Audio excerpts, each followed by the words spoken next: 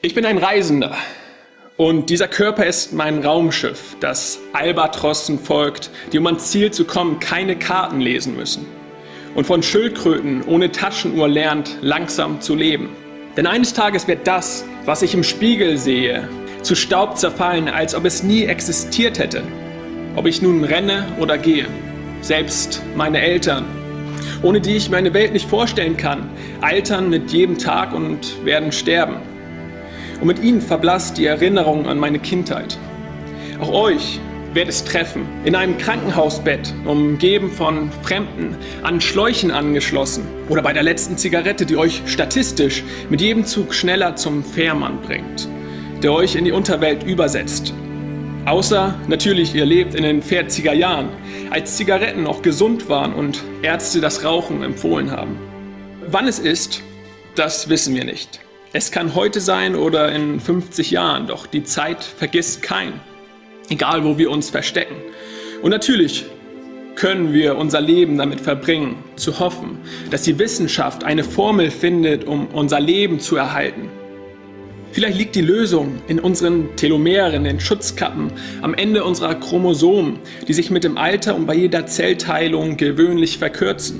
Und um kein Risiko einzugehen, unser Leben zu verlieren, könnten wir uns doch bis dahin einfrieren lassen und unser Leben einfach mal pausieren und hoffen, dass niemand übers Stromkabel der Gefriertruhe stolpert, mit unserem kryonisch konservierten Körper oder Gehirn. Ansonsten landet unsere matschige Menschenmasse nur im nächsten Krematorium, steigt durch den Schornstein auf, was natürlich der schnellste Weg in den Himmel wäre.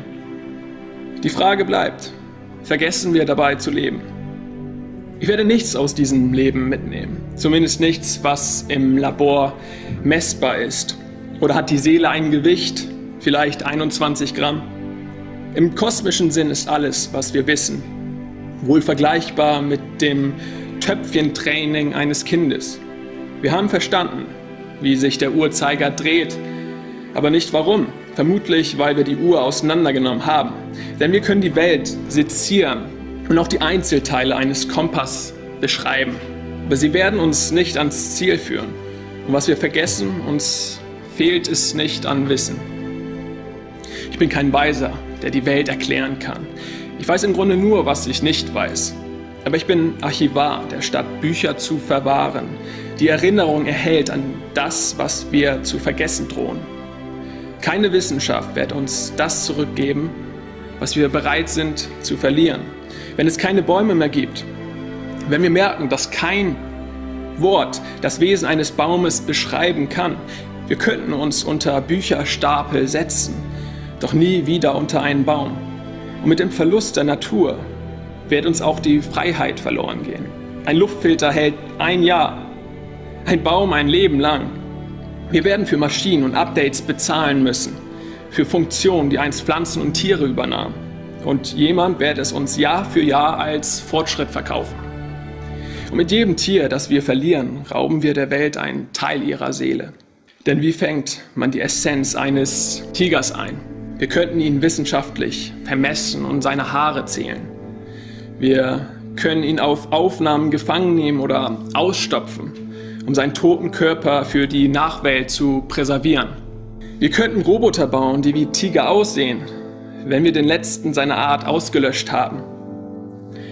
Doch sie werden niemals Tiere sein und wir werden uns nie wieder vor ihm fürchten müssen, wenn wir vergessen, dass Biodiversität die Infrastruktur ist, die all das Leben auf der Welt erhält und nicht Autobahnen und Flugplätze und auch nicht unser Internet oder das Wirtschaftssystem, wird die Natur den Menschen vernichten.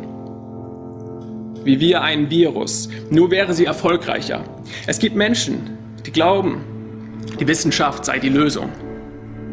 Es muss nur der nächste Durchbruch kommen.